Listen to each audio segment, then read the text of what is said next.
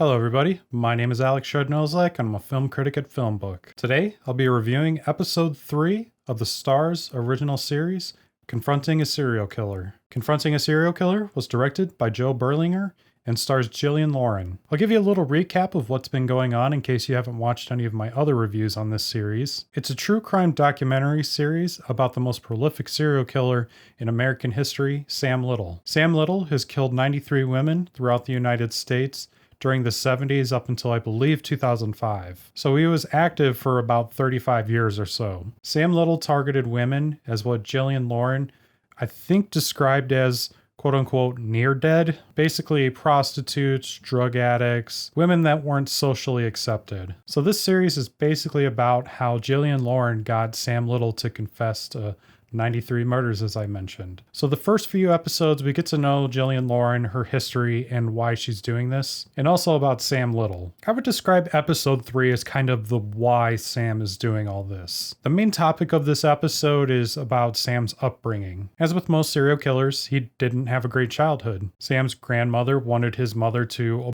him in kind of a horrific fashion too, and she also wanted his mother to leave him out on the street. She didn't want anything to do with this baby. So we learned about how he was raised, and we get a little deeper into his psyche. Kind of off topic, but I've really been into the series Mindhunter on Netflix. So it's been really interesting to see how serial killers share sort of the same tendencies when they were growing up. Sam started having fantasies about strangling women as early as age 10. He used to read True Detective magazines, and he would see all these images of violence and strangulation. So for some reason, he took an interest in that. I would say kind of the B story in this whole episode is about how it affects Jillian on a mental level. We see how her taking on this project of getting to know Sam, when she was doing this, she was talking to Sam almost daily, from my understanding. I couldn't imagine what talking to a serial killer like that every day could do to your psyche. But we learn about how it affects her mentally, how it affects her husband, and her kids as well. It's definitely an engaging episode, and I'm really interested in seeing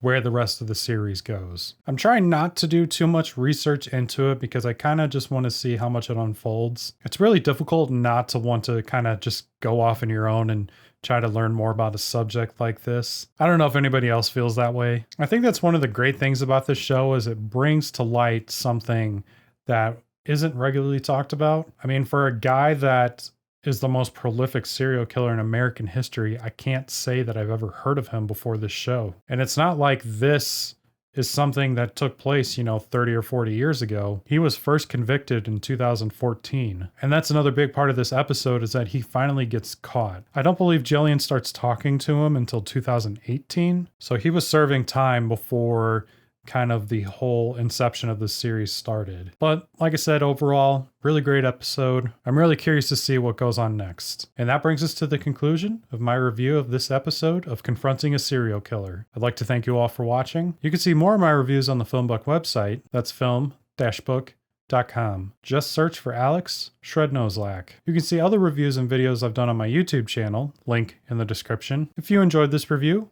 be sure to hit the like button, subscribe to our channel, and hit the bell icon so that way you're notified as soon as new reviews are published. If you agreed or disagreed with my review, definitely leave me a comment down in the comment section below. Please also consider becoming a member on our Patreon, link also in the description. Your support helps us create more engaging content. Thank you all so much for watching, and I'll see you on the next one.